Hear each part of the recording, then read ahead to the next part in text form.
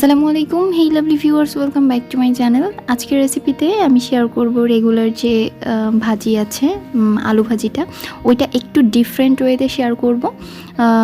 যে বাসায় আমরা করে থাকি ঝরঝরে, বা আমাদের রেস্টুরেন্টে আমরা খেয়ে থাকি এরকম ঝরঝরে কিছু না, একটু ডিফারেন্টভাবে আজকের ভাজিটা শেয়ার করব।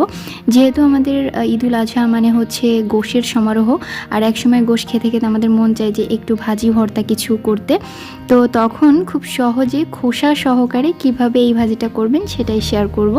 তো প্রথমে সেজন্য আমি এখানে আমার পরিমাণ মতো কিছু আলু কুচি করে নিয়েছি খোসা সহ। আগে আলুটাকে খুব ভালো করে ধুয়ে নেবেন, এরপরে এটাকে কুচি করে নেবেন হাত দিয়ে বা গ্রেটার দিয়েও করতে পারেন।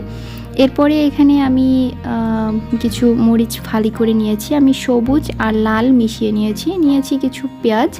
এরপরে আমরা রান্নার জন্য চলে যাচ্ছি।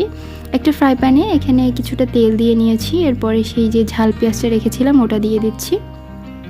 আর আজকের আলু ভাজিটা হচ্ছে আসলে খুব বেশি তেল থাকবে না, একদমই সাদাসিধেভাবে রান্না করা হবে, কিন্তু খেতে অসাধারণ হবে।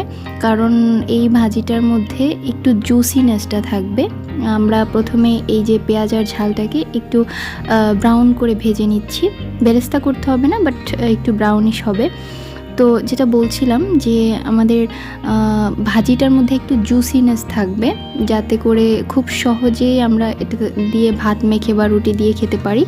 তো ঝরঝরে আর ইয়াটা হলে হয় কি, তার আগে একটু বলছি যে এখানে পরিমাণ মতো কিছুটা হলুদ দিয়ে দিয়েছি। আর হলুদটা আপনারা সবসময় এই পর্যায়ে দেওয়ার চেষ্টা করবেন, তাতে করে হলুদের গন্ধটা আসবে না। তো এরপরে আবারও কিছুক্ষণ ভেজে নিচ্ছি।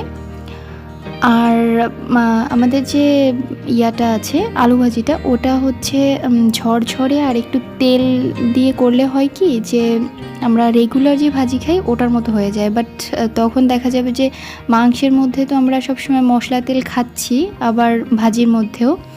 তো এ পর্যায়ে আমি আলুটাকে দিয়ে দিলাম, নেড়ে চেড়ে মিশিয়ে নিব। তার আগে একটু লবণ ছিটিয়ে দিচ্ছি, স্বাদ মতো লবণ দিয়ে নেবেন। নতুন রাঁধুনি যারা আছেন তারা এখন অল্প লবণ দিয়ে পরে লবণটা চেক করে আবার দিয়ে নেবেন, এতে করে লবণের ব্যালেন্সটা ঠিক থাকবে। নেড়ে চেড়ে মিশিয়ে নিচ্ছি, আর কিছুক্ষণ পর একটু পানি দিয়ে তারপরে ঢেকে দিব।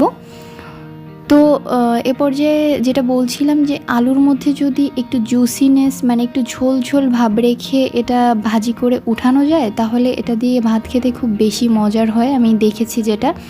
তো দেখা যাবে যে খুব অল্প সময়ে আলু ছোলাছুলির ঝামেলা ছাড়াই আমি কিন্তু আলুর খোসা সহই নিয়েছি।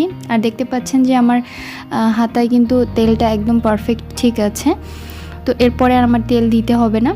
এখন আমি এখানে আরও কিছুক্ষণ নেড়ে চেড়ে পানি অ্যাড করে দিয়ে এখন এটাকে ঢেকে রাখবো কিছুক্ষণের জন্য।